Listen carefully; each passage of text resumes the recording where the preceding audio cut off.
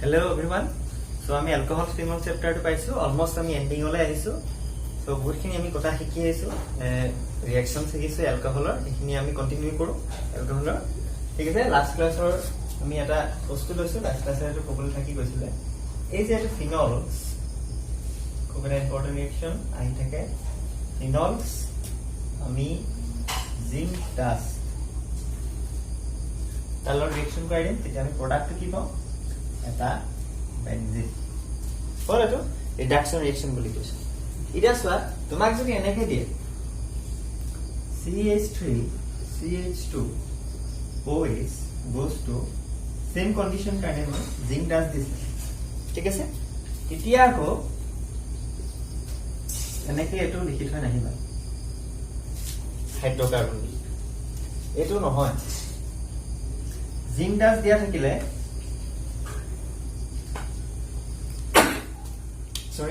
zinc ডাস দিয়া থাকিলে only এই phenols to কি রিডাকশন হয় বেনজিন রিং পাম এই অ্যালকোহল তো সেম থাকিব ঠিক আছে অ্যালকোহল তো একো পরিবর্তন নহব only phenols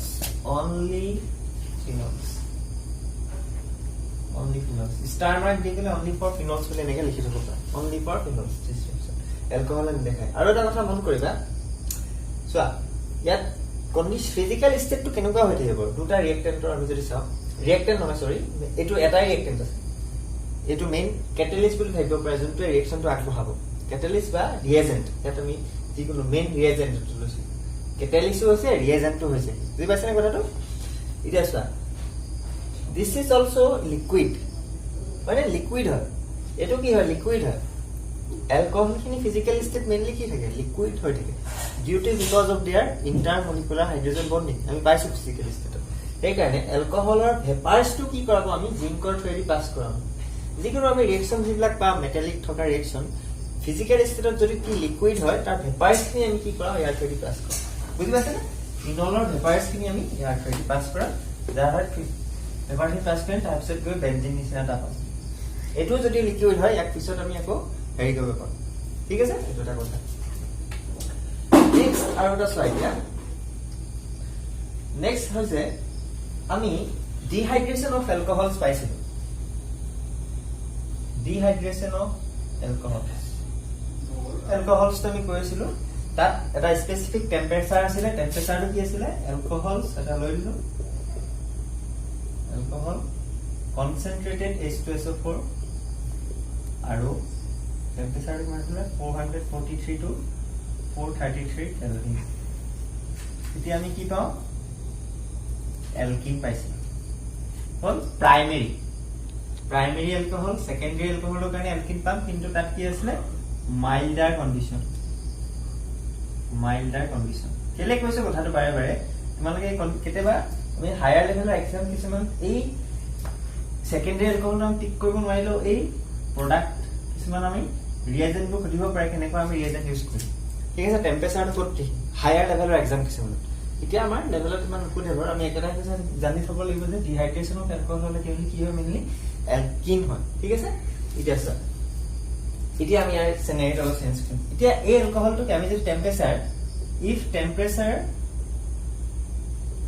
drops to 413 kelvin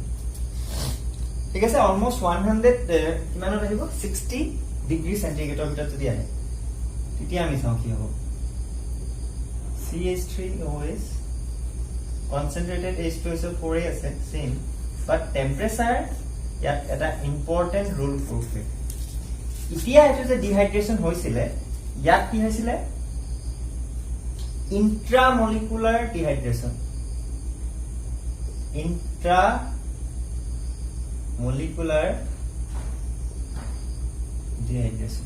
ইন্ট্ৰামলিকুলাৰ ভিতৰত আছে ইয়াৰ পৰা এটা OH গৈছিলে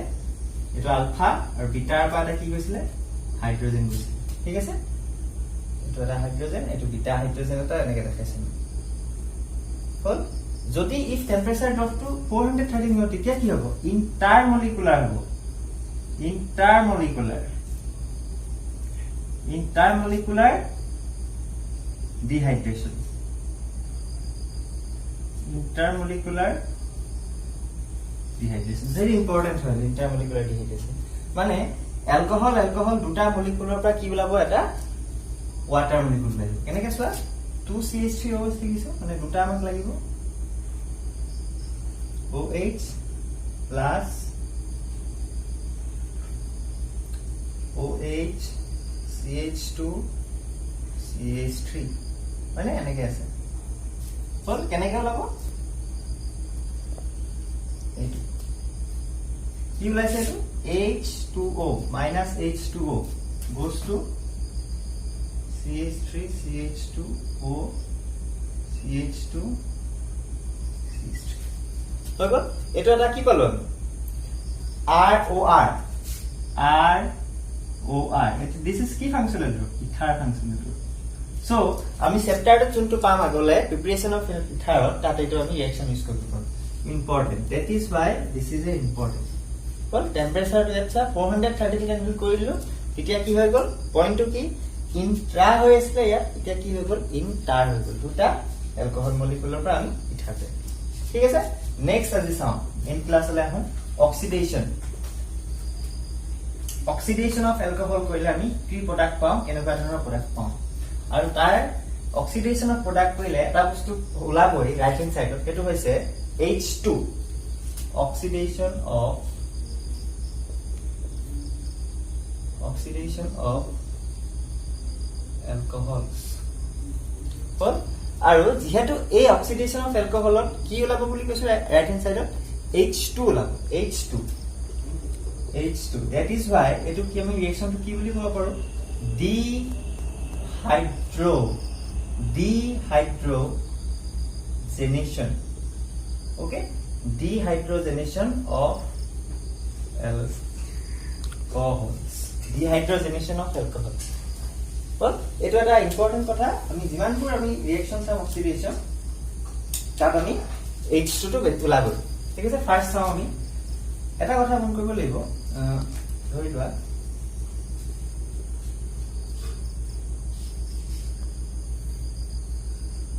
well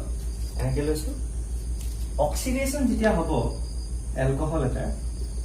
মই ইয়াত নাই লোৱা দেই ইয়াত বেলেগ কম্পাউণ্ড নাই লোৱা এটা হাইড্ৰোজেন আছে ইয়াত ধৰি লৈছো এতিয়া মেইনলি এনেকুৱা জায়গাত অক্সিডেন্ট হ'ব যাতে H2 প্ৰডিউস বন্ড ক্লিভেজ ডাল কৰিব কাৰ্বন হাইড্ৰোজেনৰ মাজত আৰু অক্সিজেন হাইড্ৰোজেন ক্লিভেজ হ'ব যাৰ ফলত আমি কাৰ্বন ডাবল বন্ড প্ৰডিউস হ'ব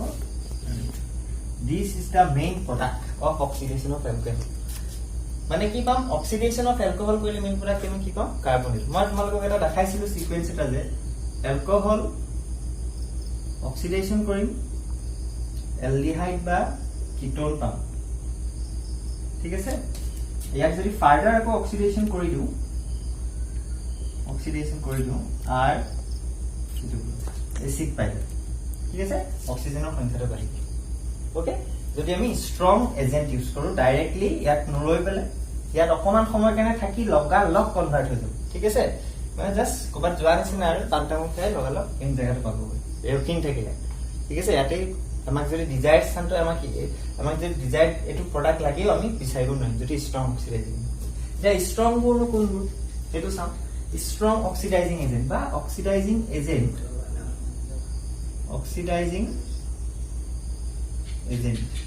that begins with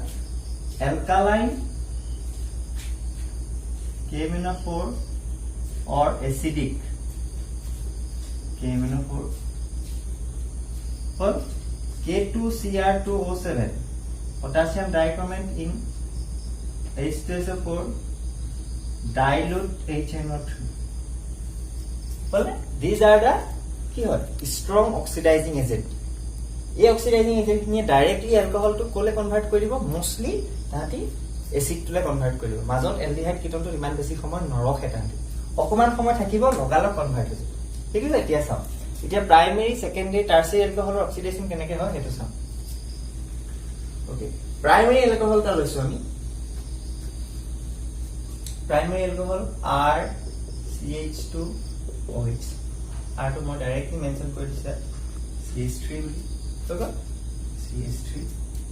তাক আমি সাবজেক্ট টু অক্সিডেশন কৰিছো K2 Cr2 O7 in H2SO4 হল তেতিয়া আমি ডাইৰেক্ট প্ৰডাক্টটো কি পাম ইয়াত aldehyde পাম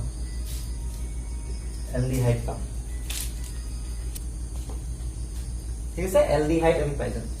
ইয়াকো কি হ'ব মই যেহেতু কৈছো ষ্ট্ৰং অক্সিডাইজিং এজেন্ট ইউজ কৰিছো ইয়াক কি অকমান সময় কাৰণে থাকিব লগালগ কি হৈ যাব কনভাৰ্ট হৈ যাব অলপ সময় কাৰণে আছে লগালগ কনভাৰ্ট হৈ গলে হৈ যাব এসিড তুলে এসিড হল ইয়াত ইম্পৰ্টেন্ট কথাটো কি স্টাৰ্টিংত কেটা কাৰ্বন আছিল 1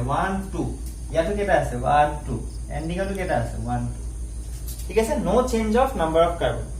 ঠিক আছে দুইটাতে আমাৰ সমান সমান আছে মানে দুইটা মই কি কৈছো ৰিঅ্যাক্টেড এন্ড ফাইনাল প্ৰডাক্টত নাম্বাৰ অফ কাৰ্বন কি আছে সমান আছে এটা নেক্সট ওয়া ফৰ সেকেন্ডাৰী এলকহল ফৰ কি লিখিলো ফৰ সেকেন্ডাৰী এলকহল বুলি কোৱা লাগে লাগে কাৰ্বনটো সেন্ট্ৰাল যোনটো OH হয় এটো কেটাৰ লগত এটাচ হৈ যাব দুটাৰ লগত দ্যাট মিন্স হলে এইডাল বন্ড ভাঙিবলে নাম্বাৰ অফ হাইড্ৰোজেন কি হৈ গল কমি গৈছে হল আৰু এই বন্ডাল ভাঙাটো কি হৈছে এটা অকমান ডিফিকাল্ট হৈছে বিকজ এইটা গ্ৰুপ আহি গৈছে কাৰ্বন গ্ৰুপ আহি গৈছে ঠিক আছে ইয়াত আমি কি কৰিলো K2Cr2O7 in presence of H2SO4 ঠিক আছে এটো দিলো এটা ইকুয়ালে কনভার্ট হ'ব এট ফার্স্ট ই কনভার্ট হ'ব কিটোনলে কোলে কনভার্ট হ'ব কিটোন অকমান দেৰি থাকিলে তাত থকাৰ পিছত এটো কি হৈ যাব এতিয়া ফাৰ্দাৰ কনভাৰ্ট হ'ব কোলে কনভাৰ্ট হ'ব এটা এসিডলে আৰু এটা কিলে কনভার্ট হৈ যাব এসিড বস্তুটো বুজিছানে দুই ফার্স্ট অফ অল কি কোলে কনভার্ট হৈছে কিটোনলে কনভার্ট হৈ গল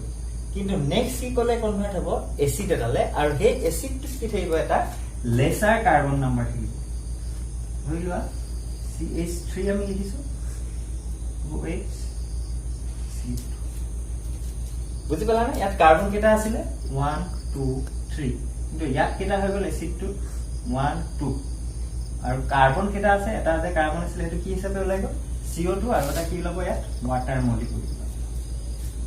বুঝি পাইছা না ওয়াটার মলিকিউল ওলাই যাব নেক্সট আমি কি চাবলৈ আছে টারসারি এলকহলটো চাবলৈ আছে টারসারি এলকহলটো কি সিনারিও হয় হাইড্ৰোজেন ব্ৰেকিংৰ প্ৰসেসটো লাহে লাহে কি হৈছে মই কৈছো এলকহলটো ৰিডাকশন যেতিয়া হয় সৰি অক্সিডেশন যেতিয়া হয় মেইনলি কোড বন্ড ভাঙে এডোখৰ ভাঙিব আৰু এডোখৰ ভাঙিব ইজি আটাইতকৈ ভাঙিবলে কোড প্ৰাইমেৰী এলকহলটো প্ৰাইমেৰী এলকহল কেনে সোনকালে অক্সিডাইজিং হৈ যায় কিন্তু সেকেন্ডাৰী এলকহল অকমান স্লাইটলি ডিফিকাল্ট হৈছে বিকজ হাইড্ৰোজেনটো ইয়াত অকল এটাই আছে আৰু বাকি গ্ৰুপ কিন্তু টাৰসাৰি এলকহলটো মন কৰিবা টাৰসাৰি এলকহলটো কি হৈ গল টাৰসাৰি এলকহলটো আৰু ডিফিকাল্ট হৈ গল এতিয়া তাত এটা হাইড্ৰোজেন ডাইৰেক্টলি নাই আছে গোটেইখিনি কি হল বাল্কি গ্ৰুপ আছে বাল্কি গ্ৰুপ আছে কি হে কাৰণে ইজিলি না যায় do not easily undergo oxidation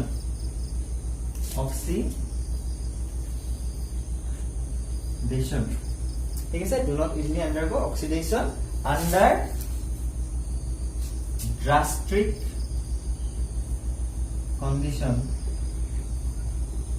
it gives product of acid and ketone containing lesser number of carbon atoms than the original alcohol এই পয়েন্টটো খুব ইম্পর্টেন্ট হয় আমাক যদি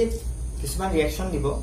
আইডেন্টিফাই XYZ ৰিঅ্যাকশনবোৰ দিব আৰু তাক কৈ দিব যে প্ৰডাক্টটো কি হয় আমি ফাৰ্স্ট এলকহলটো উলিয়াব লাগিব ঠিক আছে প্ৰডাক্টটো আমাক কৈ দিব তেতিয়া উল্টাকে কৈ দিব ৰিঅ্যাকশনটো আমাক নিজে বনাই ল'ব লাগিব আৰু প্ৰথম যোনটো হয় আমাৰ যোনটো সাবষ্ট্ৰেট যোনটো আমাৰ মেইন হেৰি এলকহল হয় সেইটো সুধিব XYZ কি হয় মানে ঠিক আছে তেতিয়া এইখিনি কথা আমি জানিব লাগিব প্ৰাইমাৰী এলকহল অক্সিডেশন হলে কি দিছে এলডিহাইড দিয়ে এলডিহাইডটো গৈ ফাৰ্দাৰ কাৰ্বক্সিলিক এসিড দিছে কাৰ্বক্সিলিক এসিড দিয়ে with the same number of carbon atom কি থাকিব অৰিজিনেল এলকহলত যিমান আছিল কাৰ্বক্সিলিক এসিডত কিমান থাকিব সেকেন্ডাৰী এলকহলত কি আছে সেকেন্ডাৰী এলকহলত কিটনত থিম দিব কিটন দিব তার নাম্বার অফ কার্বন সেম আছে কিন্তু ফার্দার যেটা অক্সিডাইজ হবো তেতিয়া কি হবো কি এটা এসিড দিব এই এসিডটোত কি হবো এটা কার্বন লেস থাকিব ফ্রম দা অরিজিনাল অ্যালকোহল এটা টারসাইডত কি হবো টারসাইডত ইজিলি নিদিয়ে ফার্স্টতে এটা কথা জানিব লাগিব কি ইজিলি নিদিয়ে আন্ডার ড্রাস্টিক কন্ডিশন মানে কি টেম্পারেচার হাই হব লাগিব খুব টেম্পারেচার কি হব লাগিব হাই হব লাগিব আৰু এসিডিক আমি ৰিয়েজেন্ট ইউজ কৰিব এসিডিক ৰিয়েজেন্ট K2Cr2O7 H2SO4 এইটো মেইন ৰিয়েজেন্ট ইয়াৰ বাকি খিনিত অ্যালকালাইন KMnO4 আমি ইউজ কৰিব পাৰিলো হয় প্ৰাইমাৰী সেকেন্ডাৰীত আমি for primary secondary alkaline KMnO4 বা ডাইলুট নাইট্ৰিক এসিড আমি ইউজ কৰিব পাৰিলো কিন্তু ইয়াত স্পেসিফিকলি মেনশন আছে যে এসিডিক ৰিয়েজেন্ট লাগিব পটাসিয়াম ডাইক্ৰোমেট ইন H2SO4 আৰ টেম্পাৰেচাৰ খুব হাই হ'ব লাগিব তেতিয়া হলে আমি প্ৰডাক্টটো কি পাম কিটোন পাম আৰু এটা এসিড পাম আৰু কি দুইটাতে কি হ'ব কাৰ্বন নাম্বাৰ আমাৰ লেস হৈ যাব কিটোনটো পাম চোৱা কেনেকে আৰু এটা কথা এট ফাৰ্স্ট আমি ডাইৰেক্টলি কিটোন নাপাওঁ কি হৈ যাব ফাৰ্স্টতে ইয়াৰ ডিহাইড্ৰেচন হ'ব মন কৰিব দেই এইটো ইয়াৰ ডিহাইড্ৰেচন হ'ব কনসেন্ট্ৰেটেড আছে আমি পাইছো এলকহলক যেতিয়া এসিডিকৰ লগত দিয়া হয় এলকহল অলপ লাস্ট ক্লাছত পাইছিলো এলকহল আৰু যেতিয়া H+ দিও তাৰ কি হয় আন্ডাৰগো ডিহাইড্ৰেচন ঠিক আছে ডিহাইড্ৰেচন ইয়াতো ডিহাইড্ৰেচন হ'ব কেলে আমি স্ট্ৰং এসিডিক বনাইছিলো বস্তুটো আগৰ কিটাত যে বনাইছিলো এটা মাইল্ডকে বনাইছিলো H2S সৰি এইটো H2SO4 লিখিব লাগিছিল আগৰ গিনাত যদিও আমি K2Cr2O7 H2SO4 দিছিলো তাত ইমান এসিডিক নাছিল কিন্তু ইয়াত কি হল খুবে বেছি এসিডিক মিডিয়ামত বনাইছো ঠিক আছে এসিডিকৰ মাত্ৰাটো ইয়াত বেছি আছে pH টো আমি খুবে কমাই লৈছো এসিডিক এতিয়া এই ফাৰ্স্ট অফ অল কি হ'ব আন্ডাৰগো ডিহাইড্ৰেচন হলে কি হ'ব CH ঠিক আছে এটো আলফা বা কি যাব এটো OH ইয়াৰ পৰা এটা যিকোনো এটা ইয়াত চোৱা এটো আলফা নহয় বিটা কেইবাটাও বিটা পজিশন আছে যিকোনো এটাৰ পৰা তুমি এটা হাইড্ৰোজেন উঠাই দিয়া মই ধৰিলো এইটো পৰা উঠাই দিলো বিটা 1 ৰ পৰা এটা হাইড্ৰোজেন উঠাই দিছো কাৰ্বন তেতিয়া আমি কি পাম ডাবল বন্ড পাম ঠিক আছে এইটো ষ্টেজ পালো বল এটা ফাৰ্স্ট অফ অল দেন ইয়াৰ ফাৰ্দাৰ অক্সিডেশন হ'ব অক্সিডেশন কেনেকৈ হ'ব স্যাৰ এই ডখৰ ক্লিক কৰিলে আমি কি পাম CH3 double bond O CH3 আৰু এইটো এটা কি পাই যাম এসিড এটা H লিখিলে আমি কেনেকৈ লিখিম H COOH this is কি হয় ফৰ্মিক এসিড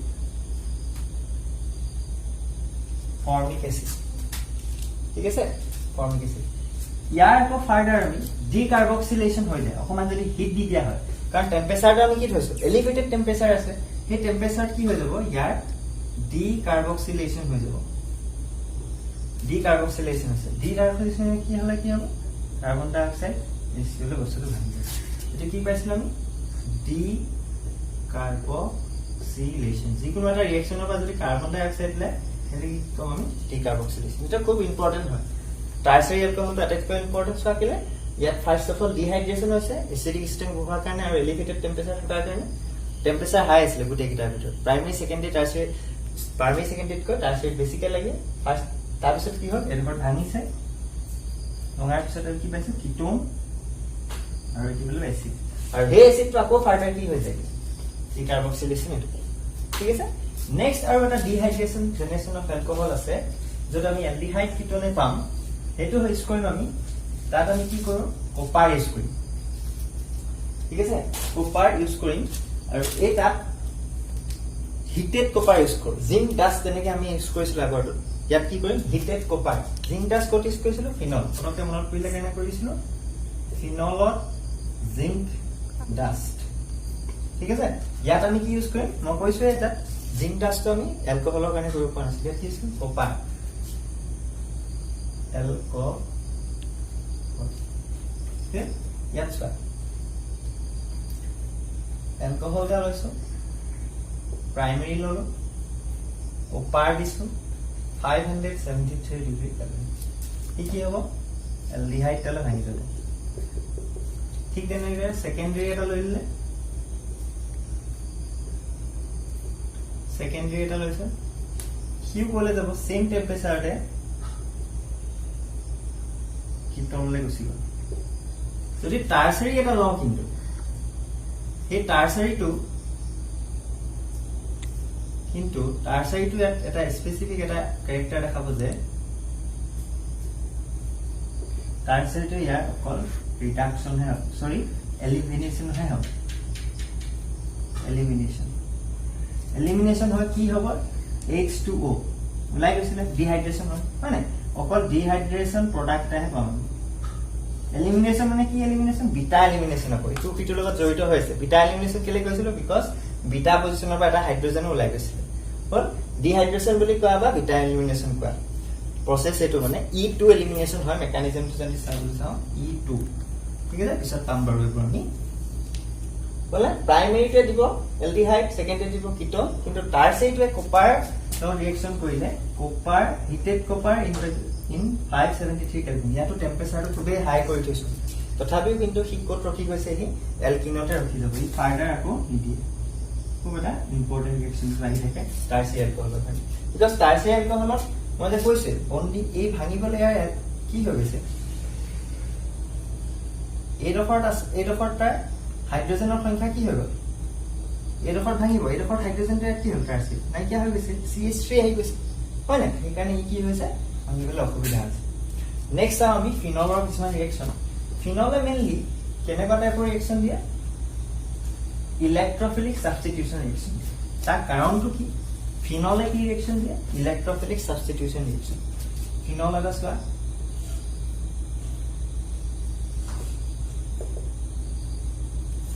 ইলেক্ট্ৰোফিলিক সাবস্টিটিউশন কেলে দিব ইলেক্ট্ৰোফিলিক সাবস্টিটিউশন মানে কি এটা ইলেক্ট্ৰোফাইলে আহি ইয়াৰ পজিশনবোৰত এটেক কৰিব অৰ্থ পেৰা পজিশন কেলে এটেক কৰিব ডিউ টু বিকজ অফ ৰিজনেন্স আমি পাই আছো ক্লোৰোবেনজিনক কি দিয়ে মানে হেলো এলিমেন্টস খিনি কি দিছিলে মেইনলি ইলেক্ট্ৰোফিলিক সাবস্টিটিউশন দিছিলে বিকজ অৰ্থ পেৰা পজিশনত তাৰ কি ওলাইছিল নেগেটিভ চাৰ্জ এটা ক্ৰিয়েট হৈছিল এটো পাইছা এটো বিশেষ বুজাবলগীয়া কি নাথাকে আমি ক্ৰিয়েট কৰিছিল এইখিনি